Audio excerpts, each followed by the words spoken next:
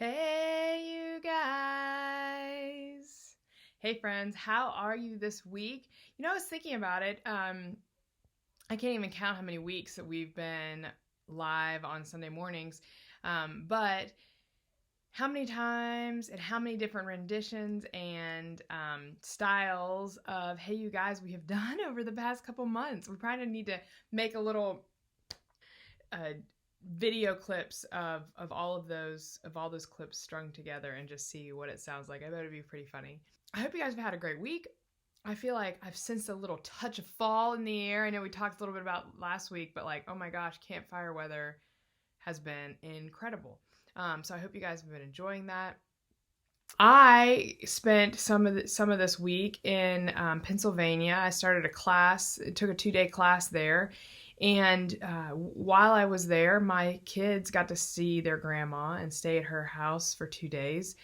And something happened while we were there. I don't know if it was just the realization of my mom was a kid at one point, but they definitely started taking a little bit more interest, and particularly in this one room in my mom's house where there are lots of pictures.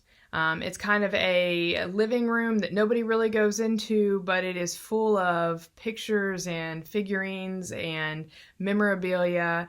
And so my son Brady was spending a little bit of time in there this last trip, and he came out and he shows me these pictures and he says, "Mom, look at this person." And so he holds one up and I start laughing. I said, "Brady, that's your mommy when she was a little girl." He said, "Oh." And then he holds up another one. He goes, "But Mom, look, this boy right here has buck teeth just like me." And I lost it. And then I was really, really embarrassed at the same time. And I said, "That's also your mom. Yes, you have her teeth that she had at that age. And no, it's not a boy. I just happened to not want to brush my hair at that age. So it all got cut off." Um, and then I thought of another moment this while I was in Pennsylvania, and a friend who I've just gotten to know and just getting to know my family said, "There's no way that your daughter is adopted. She is a spitting image of you." And I said, "I know everyone says that. It's incredible. It's sweet." And just what a joy it is for her to say, "It's my adoptive mom, but yeah, I look just like her." And so how cool that is. And so it got me thinking about the idea of spitting image. Brady unfortunately has the teeth that I had at that age, and they just did not seem to fit in my mouth at all. And they were just all over. And he has those teeth now.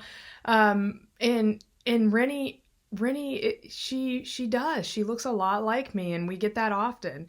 And so this idea of spitting image, going into this week, as a church, we've been looking at Genesis 1 and how God created everything. He made it all work together, and just the details of how he moved things together, and in the speed of light and the way that we see that. And if things were just a little bit bigger or a little bit smaller, it just wouldn't work the same. And just how wild it is, the way that he created and he put together this world.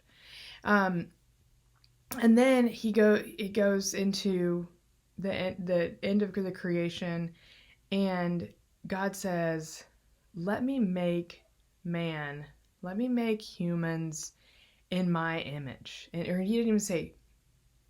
So then we get to the end of creating, and he's created all these things. He's created these animals, and he says, "I need to create humans, and I'm going to create these humans in our image."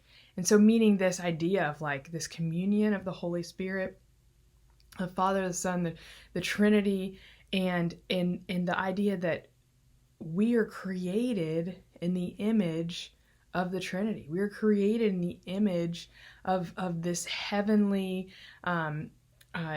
deity, and we get to reflect who God is.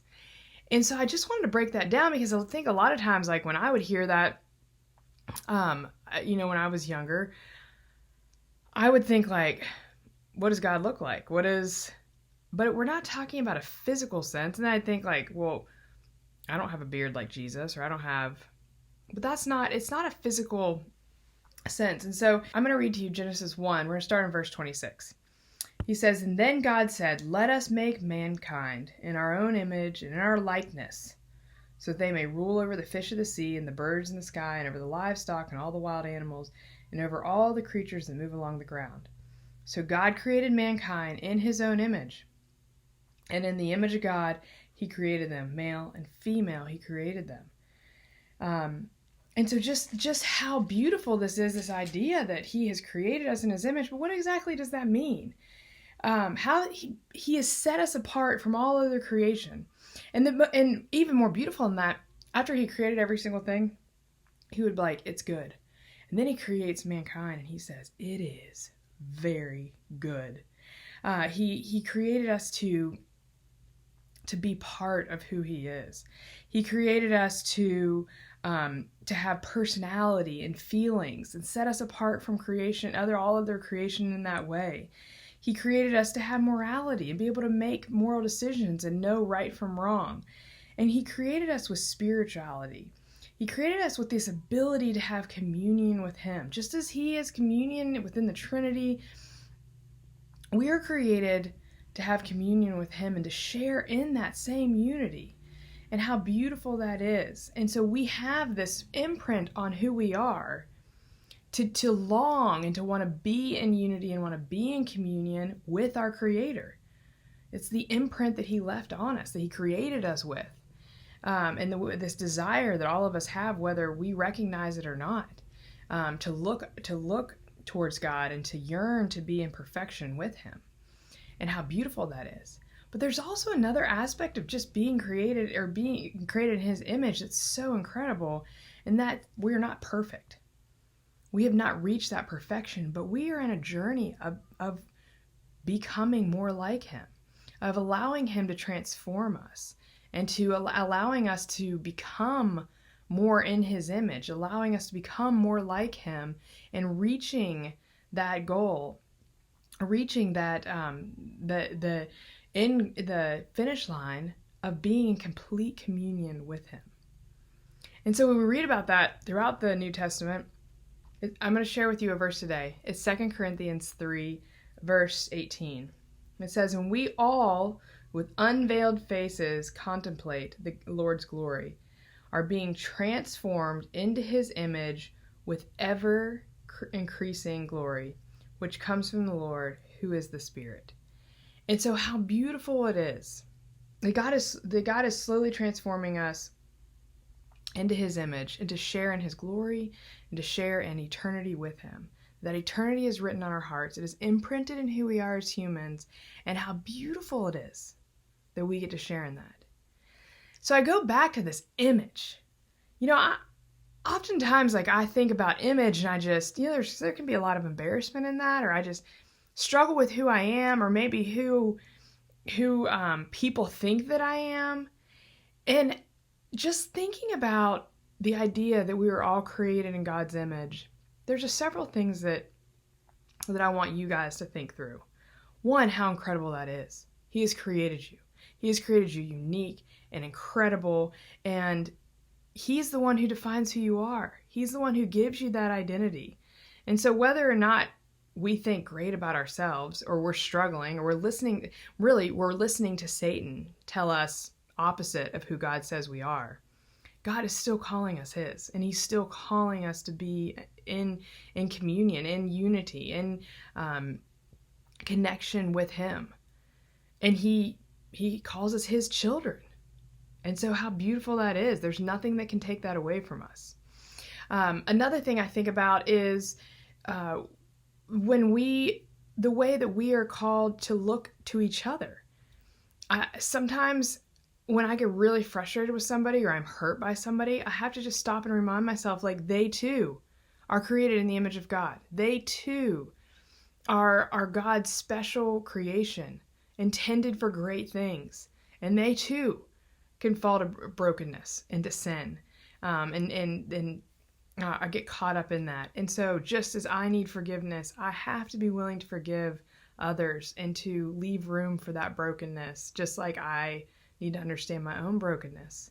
And then there's another aspect of it, is that because we are created in his image, we have the incredible opportunity to reflect who he is to others, to show people who he is, to show people how beautiful he is, to show people how good he is, to show people the love of Jesus. We get to be the reflection of his image as he molds and transforms us into who he has created us to be.